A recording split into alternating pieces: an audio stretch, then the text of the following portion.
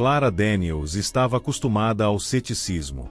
Como uma estudante de antropologia com uma propensão para estudar folclore obscuro, ela ouviu sua cota de comentários incrédulos sobre sua área escolhida.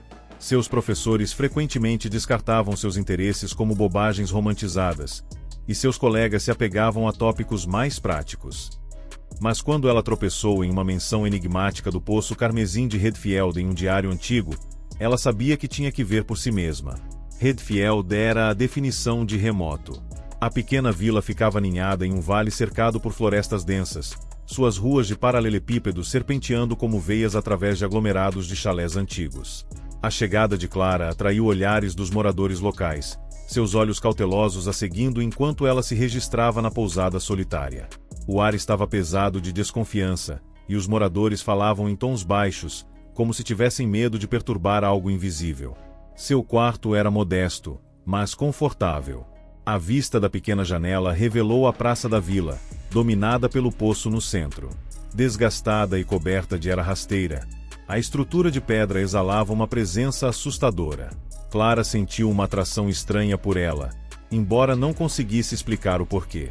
Ela passou seu primeiro dia explorando a vila, anotando e falando com qualquer um disposto a conversar.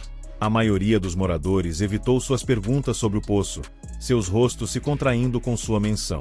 Alguns murmuraram avisos. "Fique longe durante a lua cheia", disse uma mulher idosa, com a voz trêmula. O poço não perdoa. Clara descartou seus medos como superstição, mas sua curiosidade aumentou. Naquela noite, ela se sentou na sala comum da pousada, examinando mapas antigos e histórias locais que havia coletado. O barman, um homem magro chamado Samuel, inclinou-se sobre o balcão e disse: "Você faria bem em prestar atenção aos avisos, senhorita. O Poço de Redfield não é um conto de fadas." Quando ela o pressionou para obter detalhes, Samuel relutantemente compartilhou o pouco que sabia. Séculos atrás, os moradores da vila realizavam rituais no poço, oferecendo sacrifícios a uma divindade que chamavam de Crimson One. Os sacrifícios, ele explicou, tinham como objetivo garantir a prosperidade da vila. Mas algo deu errado. Samuel não sabia exatamente o que, e o poço foi selado. Desde então, ocorrências estranhas atormentavam Redfield durante as luas cheias. Desaparecimentos, luzes estranhas e a água vermelha assustadora. Clara não conseguiu dormir naquela noite. O poço parecia chamá-la, sua silhueta escura visível de sua janela. A lua cheia estava a apenas um dia de distância, e ela decidiu ver o fenômeno por si mesma. A noite de lua cheia chegou com uma quietude anormal. A praça da vila estava deserta, e as janelas das casas estavam escurecidas, suas venezianas bem fechadas. Clara estava em sua janela, observando a lua subir alto no céu, lançando sua luz pálida sobre o poço. A princípio, nada aconteceu. A praça permaneceu quieta, o poço apenas uma relíquia sombria do passado. Mas quando a lua atingiu seu zênite, Clara viu um brilho vermelho fraco emanando das profundezas do poço. Sua respiração ficou presa quando a água lá dentro começou a se agitar, sua superfície ondulando com uma energia sobrenatural. O brilho se intensificou, e a água ficou vermelha, espessa e viscosa como sangue. Incapaz de resistir, Clara pegou sua câmera e correu para a praça. O ar ficou mais frio conforme ela se aproximava, seus passos ecoando anormalmente altos. Ela parou na borda do poço e olhou para dentro. A água vermelha brilhou, refletindo o luar como fogo líquido. Então ela ouviu sussurros, fracos e sobrepostos, emanando das profundezas do poço. Os sussurros ficaram mais altos, formando palavras que ela não conseguia entender. Sombras começaram a se unir ao redor do poço, suas formas fracas, mas inconfundivelmente humanas. Clara cambaleou para trás, sua câmera tremendo em suas mãos. As figuras se moviam com uma graça sobrenatural, seus rostos obscurecidos, mas sua presença pesada e opressiva. Uma rajada repentina de vento varreu a praça, e as figuras desapareceram. A água parou, seu brilho carmesim desapareceu. Clara ficou congelada, seu coração batendo forte. Ela tinha visto o suficiente para saber que os avisos dos moradores não eram mera superstição. O poço estava vivo, e estava faminto. Na manhã seguinte, Clara acordou com uma nova determinação. Ela passou o dia entrevistando os moradores, mas a maioria se recusou a falar. Apenas Samuel ofereceu ajuda, apontando-a para os arquivos da igreja. Os registros, ele disse, continham os segredos mais obscuros da vila. A igreja era velha, suas paredes de pedra desgastadas e rachadas. O padre Gregory, o padre idoso, relutantemente concedeu a ela acesso aos arquivos. É melhor deixar o passado enterrado, ele disse, sua voz pesada com advertência. Mas se você insiste, não posso impedi-la. Os arquivos estavam escondidos em um canto empoeirado da igreja, cheios de livros-razão em ruínas e pergaminhos desbotados. Clara passou horas vasculhando os registros, juntando a história do Poço Carmesim. Os moradores já adoraram uma divindade conhecida como Carmesim, oferecendo sacrifícios de sangue para garantir colheitas abundantes e proteção contra doenças. Os rituais eram horríveis, envolvendo o sacrifício de moradores escolhidos por loteria. O último ritual registrado terminou em tragédia. O sacrifício escolhido escapou, interrompendo a cerimônia.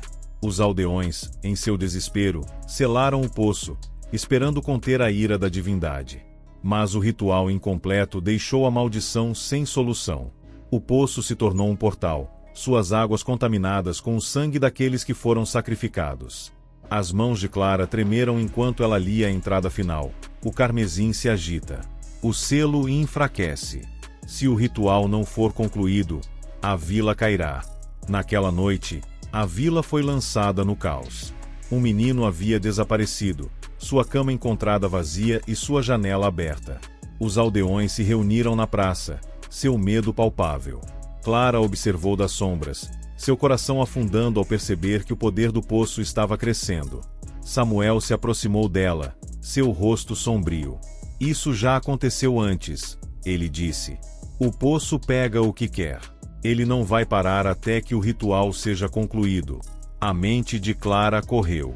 O ritual era a chave, mas realizá-lo significava fazer um sacrifício.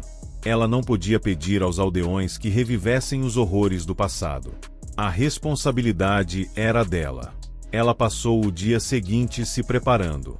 Usando as informações que havia reunido, ela recriou o ritual da melhor forma possível. Ela precisava apaziguar o Crimson One e selar o poço para sempre. Mas quando a lua cheia nasceu novamente, a dúvida surgiu. Ela conseguiria prosseguir? Conseguiria enfrentar a entidade e sobreviver?